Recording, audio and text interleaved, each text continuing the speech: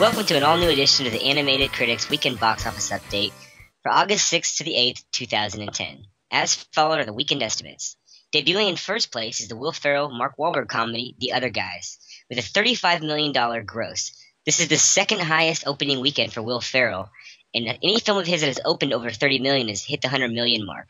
This looks to do about $120 million total, in my opinion. Yeah, this is definitely going over that $100 million mark, which is a good thing for it since it costs $90 million to make. I think Will Ferrell is still strong. This is a nice return to form for Will Ferrell after Land of the Lost tanked last summer, and will quiet a lot of his doubters. Dropping down to second place for the first time in 4 weeks is Inception, with still strong $19 million fourth weekend gross. This puts it now in the 228 mark and looks pretty guaranteed to hit that 300 million mark here in the U.S. Do you think it'll have the legs to hit 300 million? It looks to be showing pretty strong legs, and it'll probably hit 300 million. It's obviously not, as everyone said, the most highly anticipated movie of the year, since at this exact time frame, Toy Story 3 had 100 million on it. Go ahead and check out Animated Critics Episode 7, The Perception of Inception, to hear our personal views on the film. And at number 3, we have Step Up 3D with a 17 million estimated weekend, which is pretty decent for a Step Up movie, especially the third in the series, considering the first did about 15 for its opening weekend. I think these are fairly impressive numbers, considering that this is the third film in a franchise and none of the original stars are in it.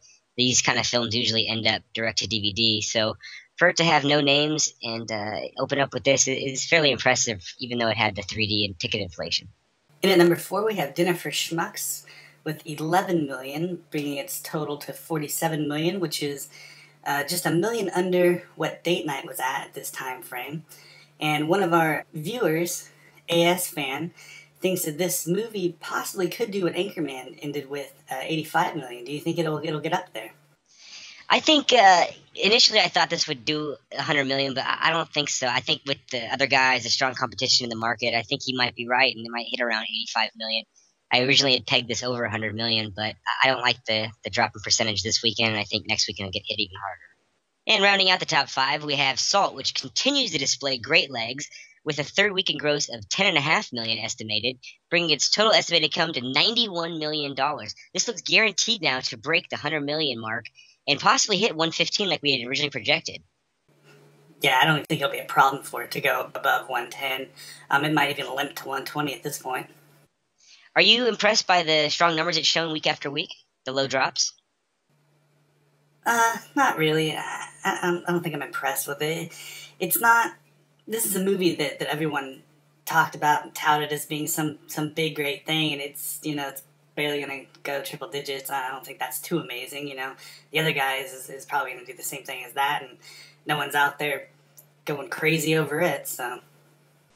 Well, small side note, it's the highest grossing action film of the summer, and it has a female lead, so that has to be a fairly interesting historical note for the summer of 2010. Opening up next week, we have the much-anticipated Sylvester Stallone movie, The Expendables, which I personally think is going to open up very strong in the low 30 millions, which has got to be considered a hit with the small budget and Lionsgate film releasing.